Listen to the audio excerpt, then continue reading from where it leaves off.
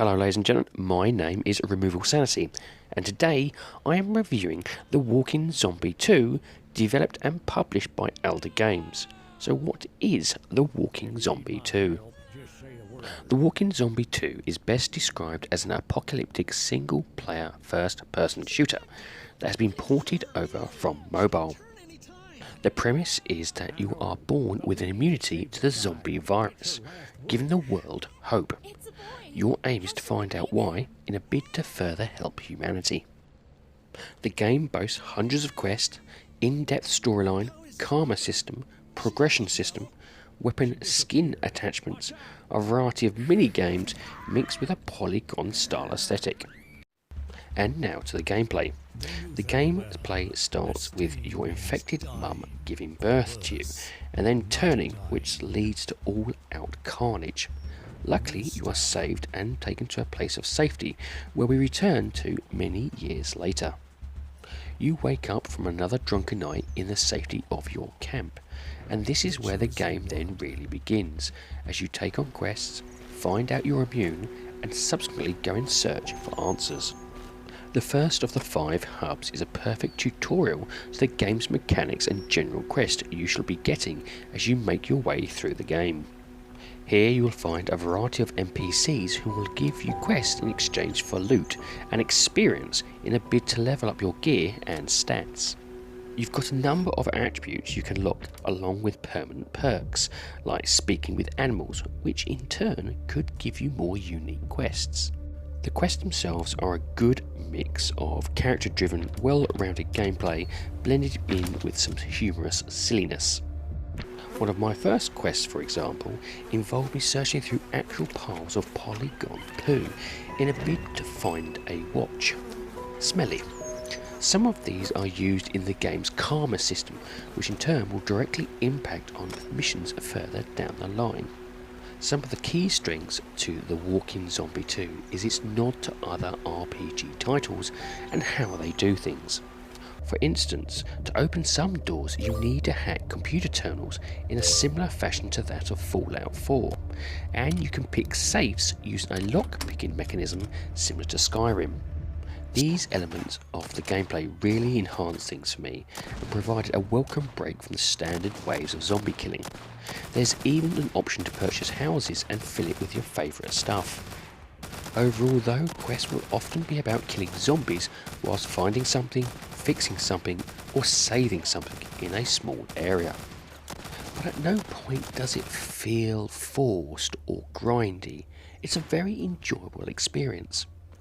Zombie attacks come from all angles and will relentlessly hunt you down, but never to the point you really get overwhelmed. This, however, is in stark contrast to the hub boss levels, whose difficulty is ramped up and pushes all your dodging and attacking skills to the limit. The weapons all feel smooth and do have a nice impact feel to each of them, and with a huge variety to choose from and unlock, there's always something to aim for. There is also a lot of customization of the weapons you can do, ranging from sights or different skins. Control wise, it does feel a bit clunky, and switching weapons has been placed on the D-pad, which I found very annoying, when a button option would have been more suited. Now, whilst the game is hugely fun to play, it does come with some pretty serious caveats. At the time of this review, the console version is the only version where you pay for the game. On PC and mobile, the game is free to play.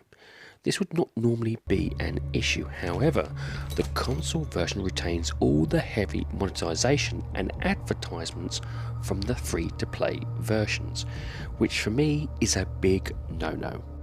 The stuff you buy isn't just skins either, there are assets that make the game easier and would have been better suited to be as an unlockable item, and because of this it really dampens the experience of a really good game. The monetization is so over the top in numbers, there are segments to the stats crafting page dedicated to it, and that's not including the heavy advertisement popping up every other mission. This is perfectly acceptable on free to play games as it helps the developers. but in a fully paid game it really should have been significantly reduced with the ads turned off. So what about the graphics? The game's polygon animation has a distinctly Minecraft feel with it, but more guts and square bloods flying everywhere. It really looks fantastic and suits the game so well, especially when you blow away bits of brain and body parts. Visually, there is such a wide range of different NPCs and locations. I think you'd be hard pushed to say it has a repetitive feel, and in general find something to dislike with its visual style. However, again there is a caveat. The game has been classified as optimized for the Series X, which if you have one means you can only play it on your internal SSD or approved SSD memory card. Playing through this game, I would argue this is not the case, as the amount of popping and screen tearing I saw was numerous for such a visually simplistic style. Now normally this wouldn't be a major issue, being that it's only about 1 GB, but with space being a premium on the console, it would have been better to have an external hard drive option until it gets patched. So what about the sound? The game does have voiced characters in its cutscenes, which is great. However, when listening to them, it feels very robotic. I think they are more software voiced characters than real ones. Either that or they were going for almost emotionless style, which could very well be the case.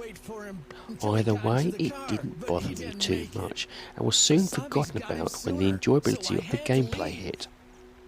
The game does have some great audio effects, from the moaning of the zombies to the heartbeat audio effects in the initial scenes of the game, which really enhances the sense of immersion. There is also basic piano tinkling as the main source of sound, but this can get quite annoying after a while. Overall though, the game excels in the areas it's meant to, which is the sound of the zombies and the oomph of the weapons you use against them. I will never tire of hearing the double-barreled shotgun. And this leads me to the rating of the game. Now I rate games in order of avoid, on sale, great purchase and must own. My rating for Walking Zombie 2 is on sale. Without a doubt, this is a fun game to play and you will enjoy yourself. However, I cannot get over the fact that the console version is the only platform where you pay for the game and put up with the free-to-play heavy microtransactions and ads. The game is currently priced on Xbox at £9.99 or approximately $12, and depending on your skill and patience would give you about 30 plus hours worth of gameplay. Add in the different quests to unlock, different perks, different skin unlocks, and there is easy enough content here to keep you entertained. This game frustrates me because I really wanted to put this in the great purchase category. But being as there are other platforms that offer this game as a free to play, and the console version in my opinion doesn't offer enough extra to be the only platform to warrant a full price purchase, I can't. Should you play this game and support the developers? 100%. But maybe not on Xbox. Well, ladies and gentlemen, that's it. I do hope you like this review, and if you do, please like, share and subscribe if you so wish. And if you would like to put some notes or even just a comment in the comment section, I do like reading them. Anyway, have a great time gaming, and I'll see you all again soon.